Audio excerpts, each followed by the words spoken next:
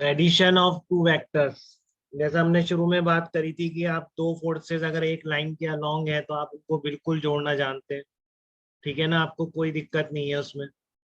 जैसे एक ब्लॉक है ये, ठीक है ना, मैंने पूछा था आप लोगों से अगर 10 न्यूटन फोर्स यहाँ पे लग रहा है और 10 न्यूटन इसी डायरेक्शन में लग रहा है तो टोटल बताओ कितना है।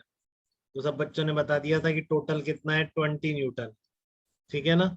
लेकिन आपको फोर्स हमेशा जरूरी थोड़ी नहीं एक लाइन पर हो, ऐसा भी तो हो सकता है कि मान लो ये पार्टिकल है, इस पर एक 10 न्यूटन इधर लग रहा है और एक 20 न्यूटन इधर लग रहा है। तो आपको ये पता होना चाहिए अब कि ये पार्टिकल किस डायरेक्शन में मूव करेगा, तो वही सीखना है बेटा। हम वेक्टर्स को जोड़ के हम बता पाएंगे कि अगर 10 न्यूटन इधर खींचेगा, 20 न्यूटन इधर खींचेगा, तो इस पार्टिकल पर नेट फोर्स कितना होगा और किस डायरेक्शन में होगा। ठीक है ना। 10 न्यूटन और 20 न्यूटन अगर फोर्स लग रहे हैं तो इस पार्टिकल पर नेट फोर्स किस डायरेक्शन में होगा और कितना होगा। ठीक है, ये हम निकालना सीखेंगे। यही पर्पज है कि किसी भी डायरेक्शन में दो फोर्सेस वेक्टर लग रहे हो, आपको उनका रिजल्टेंट का मैग्नीट्यूड और रिजल्टेंट की डायरेक्शन, रिजल्टेंट का मतलब उनका एडिशन, जैसे कि आप निकालने जा रहे हैं आर वेक्टर, तो resultant of A vector and B vector है, तो इसका मतलब है A vector plus B vector equals to R vector. तो हम ये निकालना सीखेंगे इस आर वेक्टर का मैग्नीट्यूड कितना होगा और इसकी डायरेक्शन कितनी होगी। तो दो तरह से आप कैटेगराइज कर सकते हैं इसको। ठीक है ना, एक है आपका ज्योमेट्रिकल मेथड और एक है आपका एनालिटिकल मेथड। तो ज्योमेट्रिकल मेथड का मतलब है कि जिसमें आप तीन कैटेगरी बना सकते हैं इसकी भी, triangle law, vector addition, parallelogram law, polygon law. ठीक है। और एक है आपका resultant R vector analytical method. तो ये ज्योमेट्रिकल मेथड के जो तीन लॉज हैं, इनमें सबसे बेसिक ये triangle law of vector addition. ठीक है ना। सबसे बेसिक बेसिक कौन सा है इसमें, triangle law of vector addition. ठीक है, तो मैं सारी चीजें अब इससे रिलेट कर दूंगा। ये पहला लॉ आ रहा है, देखो इससे पहले एक डेफिनेशन आई थी जिसने हमको डिफाइन करना सिखाया चीजों को, स्केलर मल्टीप्लीकेशन वाली। ठीक है ना। ये लॉ पहली बार आ रहा है, इसको आप डिराइव नहीं कर सकते, आपको इसकी बात माननी पड़ेगी कि वेक्टर या फोर्सेस ऐसे ही जुड़ते हैं। सब न्यूटन के काम है ये सारे वेक्टर्स बनाना, डिफरेंशिएशन, इंटीग्रेशन, सब न्यूटन का बनाया हुआ है पूरा। ठीक है। तो आपको ये इसकी बात माननी पड़ेगी कि ये ट्राइंगल लॉ वेक्टर एडिशन क्या है, लॉ है बेटा, डिराइव नहीं कर सकते, एक्सपेरिमेंटल इसको डिराइव किया है। ठीक है ना। हम थ्योरेटिकली किसी चीज से ला के बता दें ऐसा नहीं हो सकता इसमें तो। ठीक है। तो आप समझिए कि सबसे पहले हम स्टेटमेंट देखते हैं कि इसका क्या मतलब होता है कि ट्राइंगल लॉ वेक्टर एडिशन से वेक्टर कैसे जुड़ते हैं। ठीक है ना, सबसे पहले हम ये चीज देखने वाले हैं। तो आप देखिए एक बार, यही बना देते हैं।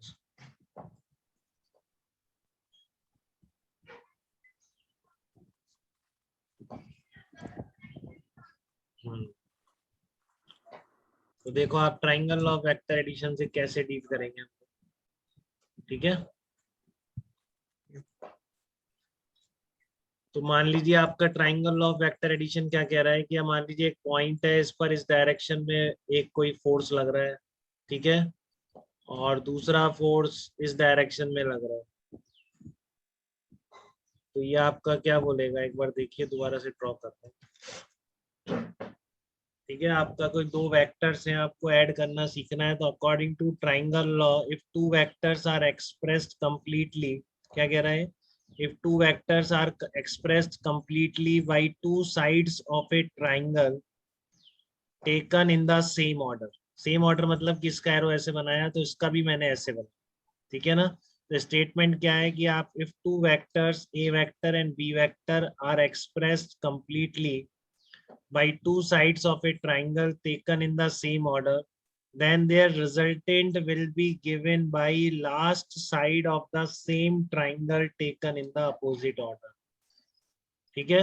क्या बोल रहा हूँ कि अगर आपने इस तरह के दो वेक्टर्स दो ट्राइंगल की साइड से आपने रिप्रेजेंट कर दिए हैं, तो उसी ट्राइंगल, देखो इसमें कंप्लीटली का मतलब है कि एक्चुअल में ये लेंथ आपके ए को रिप्रेजेंट कर रही है, ए वेक्टर के मैग्नीट्यूड को, और ये वाली जो लेंथ है एक्चुअल में बी वेक्टर के मैग्नीट्यूड को रिप्रेजेंट कर रही है। फॉर एग्जांपल, जैसे मान लो आपके दो फोर्सेज हैं, एक है 1 न्यूटन का और एक 3 न्यूटन का, तो आपने कह दिया let 1 centimetre equals to 1 Newton.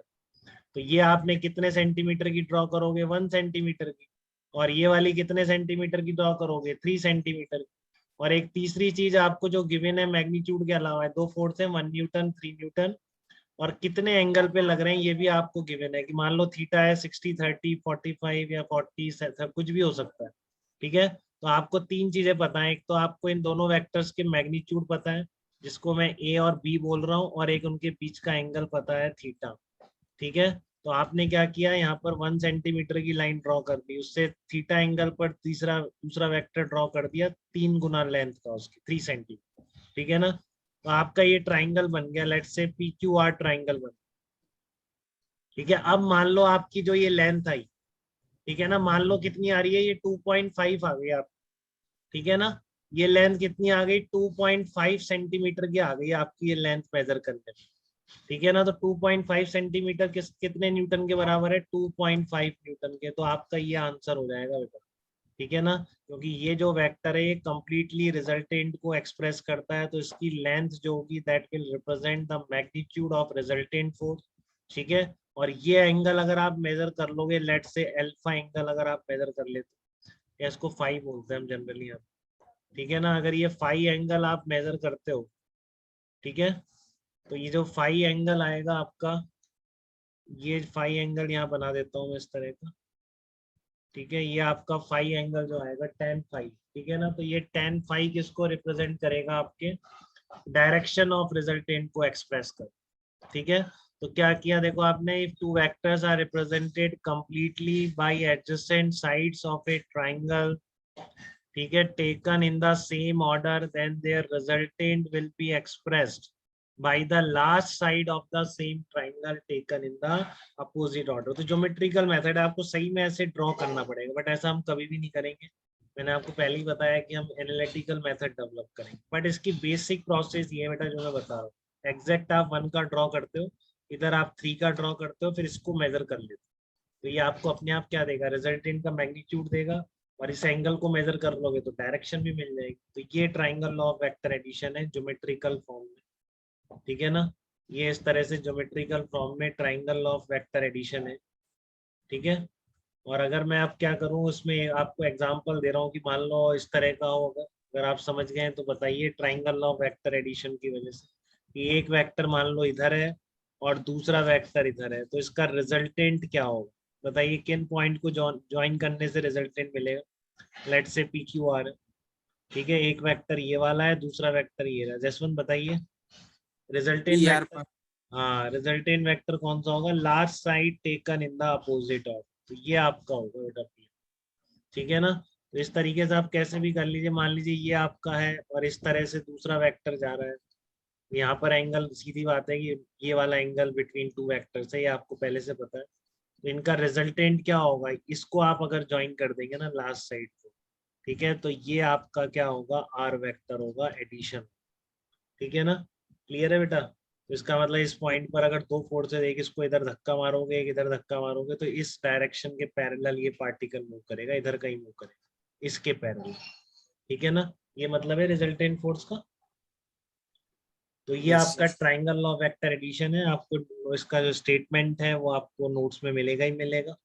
ठीक है ना, एक बार फिर सुन लीजिए क्या है स्टेटमेंट, क्या है कि two vectors are represented completely by two sides of a triangle taken in the same order, ठीक है, then their resultant will be represented by last side of the same triangle taken in the opposite order।